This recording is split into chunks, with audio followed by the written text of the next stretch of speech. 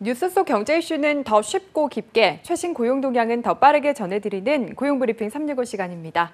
조성민 기자 안녕하세요. 네, 안녕하세요. 네, 오늘은 어떤 이슈 가져오셨나요? 박앵커는 도토리 가져가세요 하면 어떤 게 떠오르세요? 도토리 하면 저는 실제 도토리를 주운 기억은 없고 그 미니홈피 있잖아요. 싸이월드 미니홈피 꾸미려고 도토리 샀던 기억이 나네요. 네, 맞습니다. 도토리는 과거 싸이월드 미니홈피 배경음악 등을 구매할 때 쓰던 일종의 가상화폐 같은 개념이었는데요. 아마 시청자분들도 내 도토리 얼마 남았었는데 이렇게 이야기하시는 분들 많으실 것 같습니다. 한동안 서비스가 중단됐던 싸이월드가 다음 달부터 부활을 하는데 약 35억 원의 도토리를 이용자들에게 환불해주겠다고 밝혔습니다. 네. 그래서 문의도 이제 폭주하고 있는데요. 이제 이슈픽에서 돌아오는 1세대 SNS의 행보들에 대해서 짚어보겠습니다.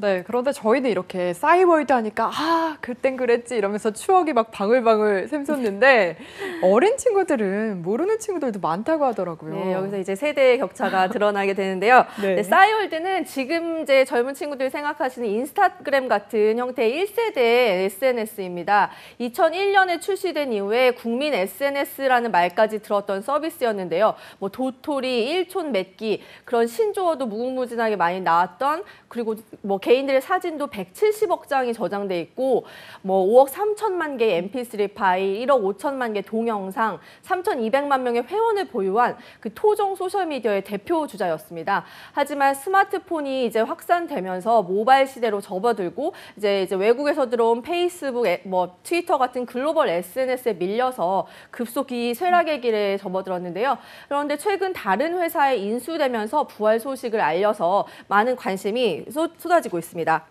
네, 저도 싸이월드에 올렸던 사진들 다시 보고 싶다는 생각이 드는데 이제 서비스가 재개되면 볼 수 있을 것 같네요. 그렇다면 이제 다음 달 재개에 앞서서 저희가 원래 가지고 있었는데 못 찾던 도토리들 다 돌려받을 수 있는 건가요? 네, 그렇습니다. 싸이월드를 운영하는 싸이월드 Z가 SK 커뮤니케이션즈와 서비스 이제 데이터 이관 등에 관한 합의서에 이제 서명을 하면서 이런 내용의 합의가 되었습니다. 그래서 SK컴즈가 보관하고 있던 도토리를 이제 넘겨받아서 고객들에게 환불하는 절차에 들어간 겁니다. 이에 따라서 5월에 싸이월드 서비스가 재개되는데 약 35억 원어치의 도토리가 이용자들에게 이제 환불되게 되는데요. 그래서 이제 잊어버렸던 아이디를 찾기 위한 문의가 이제 굉장히 많아졌다고 해요. 저도 좀 알아봐야 되겠는데요. 네. 예, 그래서 이제 환불에 필요한 비용은 이제 싸이월드 Z가 이제 전액 부담하니까 이제 부담 없이 소비자들은 물어보시면 될 것 같습니다. 예.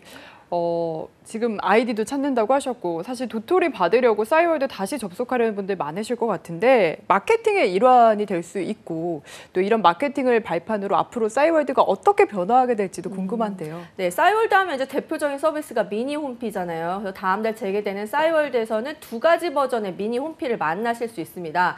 기존의 오리지널 미니 홈피와 새롭게 탄생한 미니 홈피인데요. 과거에 만들어졌던 것은 뭐 지금 이제 화질이 많이 변했기 때문에 현재 고화질 해상도에서 깨지지 않도록 현재 이제 회사에서 작업 중이고요.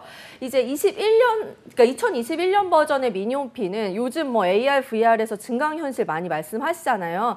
증강현실 기반의 아바타 같은 이제 고차원의 디지털 기술이 활용된다고 말하고 있습니다. 그리고 시대의 흐름에 맞춰서 이제는 결제 수단도 그 친숙감은 있었지만 도토리 대신에 코인으로 가상화폐로 정말 변경된다고 합니다. 도토리는 사실 그대로 도토리여도 괜찮을 것 같은데 코인으로 바뀌는 점은 좀 아쉽네요. 사실 돌이켜보면 싸이월드 말고도 저희가 1세대 SNS라고 부를 만한 것들이 많이 있잖아요. 근데 최근에 다시 이제 부활한다 하는 얘기가 많더라고요. 그렇죠. 우리나라도 SNS를 굉장히 많이 보유한 토종 SNS 부자 나라였었는데 지금은 이제 국민 메신저가 카카오톡을 누구나 사용하는 시대가 됐지만 과거에는 국내 메신저 점유율 1위를 한때 국민 메신저로 꼽히던 버디버디가 점유하고 있었습니다. 네. 하지만 이제 모바일 시대로 전환되고 SNS가 각종 이제 경쟁적으로 등장을 하면서 2012년에 이 버디버디는 서비스를 종료했었는데요. 이제 곧 다시 부활한다고 예고됐습니다. 현재 버디버디 공식 홈페이지 메인 화면에는 사람과 사람을 잇는 날개 달린 신발 버디버디가 다시 찾아옵니다라는 문구가 나오는데요. 연내 서비스가 재개된다면 9년 만에 부활하게 되는 셈입니다. 네. 버디버디 듣기만 해도 참 반갑긴 한데 과거처럼 뭐 단순한 메신저 역할만 한다면 지금도 대체할 것들이 많잖아요. 쉽지 않을 것 같은데요. 네, 지적이 맞습니다. 이미 카카오톡이 이제 국내 메신저 시장을 장악한 상태에서 새 이용자를 새로 또 확보하고 사업을 넓게 펼치기 쉽지 않은 상황인 것이 맞습니다. 아직 상세한 계획은 알려지지 않았습니다만 지식재산권으로 유명한 중견 게임사 위메이드가 버디버디를 인수했기 때문에 단순히 메신저로서 부활하는 게 아니라 위메이드의 게임 사업 마케팅에 활용되거나 게임 이용자를 끌어들이는 커뮤니티 형태로 활용될 것이라는 전망이 나오는 이유입니다.